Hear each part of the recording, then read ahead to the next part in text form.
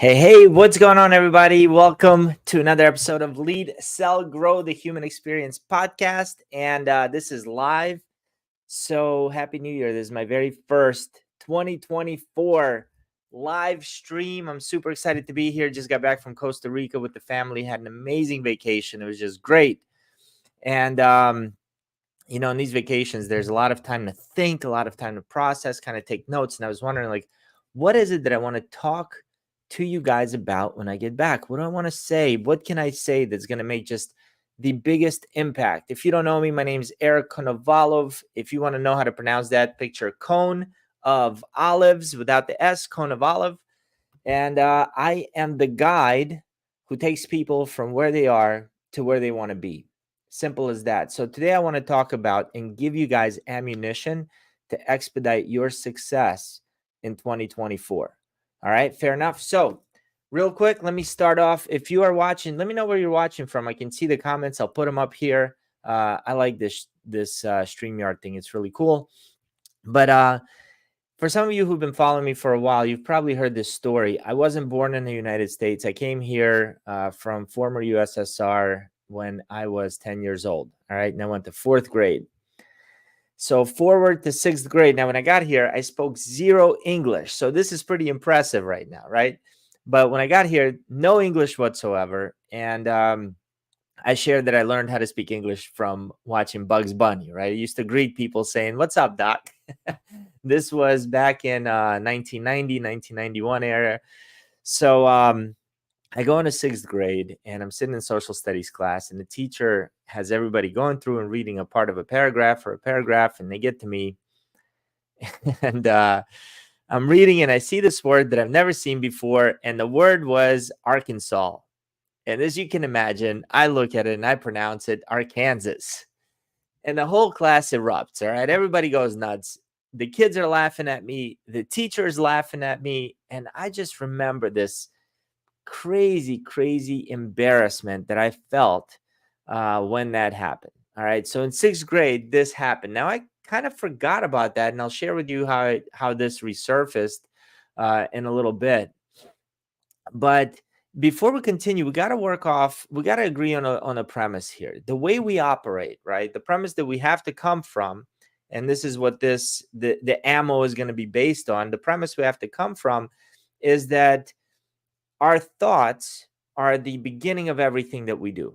All right. So it starts as a thought. We get an idea, we get a thought that causes a feeling. Then those feelings cause an action or an inaction, and that gets us the result that we want or do not want. But it starts in thought. My good friend Kusudi talks about this as the seeds in the fruit. If you want to, if you plant an apple seed, that's the thought, what's going to happen is you're going to get an apple tree, right? If you want to know what the thoughts were, if you want to know what the seeds that were planted were, just look at the fruit, right? If you walk up to the tree and you see apples, then you know that what had to be planted was apple seeds, right? You can't plant cherry seeds and grow an apple tree, right? That just won't work. So our thoughts are direct correlation to our results. That's the premise we're going to be working off of here, okay? And so just think about it this way, right? Let's say you have a thought to go do, let's say I had a thought to go do a TED Talk. And right away, assuming I did not resolve the trauma of my past sixth grade incident, I get the feeling of, oh man, what if I mispronounce a word? And, I'll be embarrassed and everybody's going to laugh at me, right? So the thought came in, you should go do a TED Talk. Feeling comes up of anxiousness and kind of embarrassment or fear. And then what happens? Well, chances are I probably don't sign up for the TED Talk, and the results are I still don't have a TED Talk, right? That's the loop. We do this every single time. Hey, I work out with the guys at F3. We meet at 5:15 in the morning. I go up to some guys that I meet in the gym and I say, "Hey, looks like you're up early. Listen, we work out with a bunch of guys in the morning." And right away, even though they already work out in the morning, like, yeah, no, I don't, it's because of their comfort zone. They don't want to go out there. They might think they're going to be embarrassed, not good enough, whatever. And right away, the thought comes in, what if, I give them the thought, hey, let's go out with the F3 group. Let's go work out with the F3 group. Feelings come up. What if I'm not good enough? What if these guys, what if I get hurt? What if blah, blah, blah? And then they don't take the action and they don't meet new people. They don't, do anything. I took the action on it. I've made new friends. They're kind of like family. It's been awesome, right? So thoughts, feelings, actions, results. Now, as we're talking about this, you got to consider that what most people do is they try to change the action to change the result, right? And what happens? Well, we can see that with people who want to lose weight, right? And so they don't go back to the thoughts to see, well, what do I believe about eating and exercise? Like, what's my belief about me being able to be skinny or being fit or a certain shape, whatever it is for you, right? Whatever it is for them. They never go to that. What they typically do is, oh, I'll just go do 75 hard. Or, oh, I'm just going to get on a diet, or I'm going to start an exercise. I'll get a trainer or a coach. And they do it, it starts working, and then they lose 20 pounds, but before you know it, 6 months later, boom, they're right back up to their old weight. Why? Because they never changed the thought process. They never changed the belief. They didn't change who they were being in order to become this new person. So this is how we operate, okay?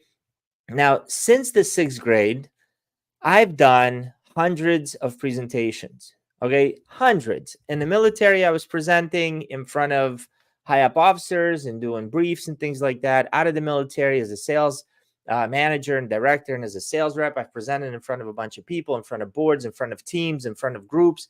You name it, I've done it. I've spoken on stages. I have a drawer, not a drawer, but literally there's thank you cards right there on the bottom, right there where I'm pointing to. All those are thank you cards from a bunch of managers at Navy Federal Credit Union after I did a presentation. Each one of them took the time to handwrite thank you cards about how my presentation impacted them and their team. It was amazing. I'm keeping that forever. And you know what? Every time I would get up to speak, I remembered none of those good things that happened. I only remembered the one time I messed up saying the word Arkansas, pronouncing it Arkansas, and people laughing at me. It makes no sense. It makes no sense for me to bypass all the good stuff that I've done since then and only focus on the time that I've messed up. One time that I can remember, because it had such an emotional impact on me, right? So that's exactly what happens to us. And so what I want to do in this video is give you the ammo to bypass that. We need to be able to, one, recognize when that's happening to us, increase our level of awareness. Like, hey, whoa, whoa, whoa, whoa. What's happening right now is not my truth. The fact that I messed up a word in 6th grade and everybody laughed does not mean that I'm going to mess it up now. And even if I do, who cares? Right? We need that. We need something in our mind to stop that current train wreck of a thought that can take us down to hell if we allow it to, and take control of our life. We need to have ammo. So one of the things I use during sales training, when we do sales training, is called 4 corners. Okay. And the way the 4 corners work is, now this is an 11-step process. I'm just going to share with you a small piece of this huge 11-step process. So if it benefits you, great. If not, don't worry about it. But in the 4 corners, what we equip salespeople to do is have a bulleted list of 4 types of things they're going to need to be able to handle objections or say to a potential client in a sales conversation in order to influence them to make a buying decision. Now, these things are, number 1, they need to have a list of benefits of their product or service that they're offering. That should just roll off their tongue. They should understand why their product or service is the best. Have a bulleted point. Number 2, benefits of the company, right? Hey, listen, I know we're not the cheapest, but that's because we have the best support team. And that's exactly what you're going to need if something goes wrong after you buy the product, right? Whatever it is, bullet points of benefits of the company. Then they need to have a bullet pointed list of why them as a person. Listen, Mr. Customer, I've been doing this for 20 years, for 10 years, for 5 years. I have X amount of clients who I've helped. I've used this product. I've used our service. I've recommended my parents, whatever it is, create a bulleted list, right? So we have the 4 corners going to be the benefits of our product, service, benefits of our company, benefits for us.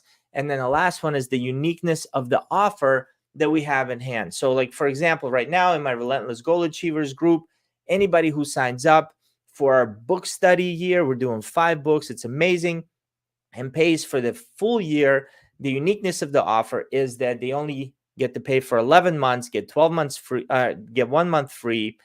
And on top of all that, I'm going to interview them on my podcast, blast them everywhere, have my team create short reels for them that they can use to showcase themselves as an authority figure if that's what they want to do. So that's the uniqueness of the offer. And by the way, the podcast is ranking as top 1%. So this is really huge. I think last month we have over 60,000 views and listen. So that's pretty cool. That's a unique offer. So we have that during our sales training. What I'm going to ask you to do is create your own 4 corners, right? I want you, and how do we do that? Well, you go back and you look at every single win that you have, everything that you've done that you're proud of. If you can't think of things easily, heck, go back to the time like you couldn't ride a bicycle, you couldn't drive, you graduated from high school, maybe you graduated from college, maybe you won an award at work, maybe you did something, maybe you set a goal and you achieved the goal, maybe you lost 20 pounds, whatever it is for you, create that list of ammo and have it readily available for you. What if you woke up every morning and the first thing you did was read a list of all the things that you're proud of yourself for, that you're excited about, that you didn't think you could overcome and you overcame them? What if that's how you start your day? And during that day, you show up with that kind of energy. And during that day, boop, you got to go walk on stage and you remember something that embarrassing that happened to you in 6th grade. And what happens?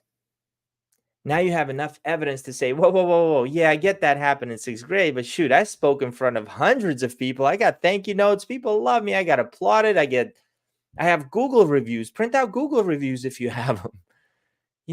Trophies that you may have had, like anything that you've done that's like you're proud of. Create a bulleted list for yourself. Create that evidence that when the little gremlin starts talking smack, you are equipped, my friend. You are fully equipped to handle that bastard and get him out of your way so that you can go achieve the success that you want. Because you know what? It's always in your thought process that will stop you from taking an action step. If the thought comes in that, hey, you should call this CEO of whatever company, and you know that CEO has a PhD, and you're one of those people who believe that you have to be highly educated in order to speak to highly educated people, guess what, my friend? You're not going to make the call. And you know what? That's simply not true. You don't have to have PhD to speak to PhDs. Yet I know so many entrepreneurs, so many salespeople who let that stop them. Don't let that be you. Look for evidence. Look for all the evidence around you why you are successful. Look for the evidence why you can do it instead of that one that says you can't. And you know what? You're the creator of it. Create your bulleted list. Have it. Read it in the morning. Start your day like that. And if you do that every day in 2024 for the first 3 months, do you know how powerful you're going to be? Do you know how unstoppable and how confident you're going to be when you show up into the world? That's what I want for you, my friend. Hey, listen, if you need extra tools, I got some great tools in the Relentless Goal Achievers arsenal. It's completely free. There's probably 14 different video courses and downloads that you can take that will help you take charge of your day. Go get it. It's all for you. It's all free. If you like this, share it, subscribe to the YouTube channel, and I'll see you on the next episode, my friend. Thank you for tuning in.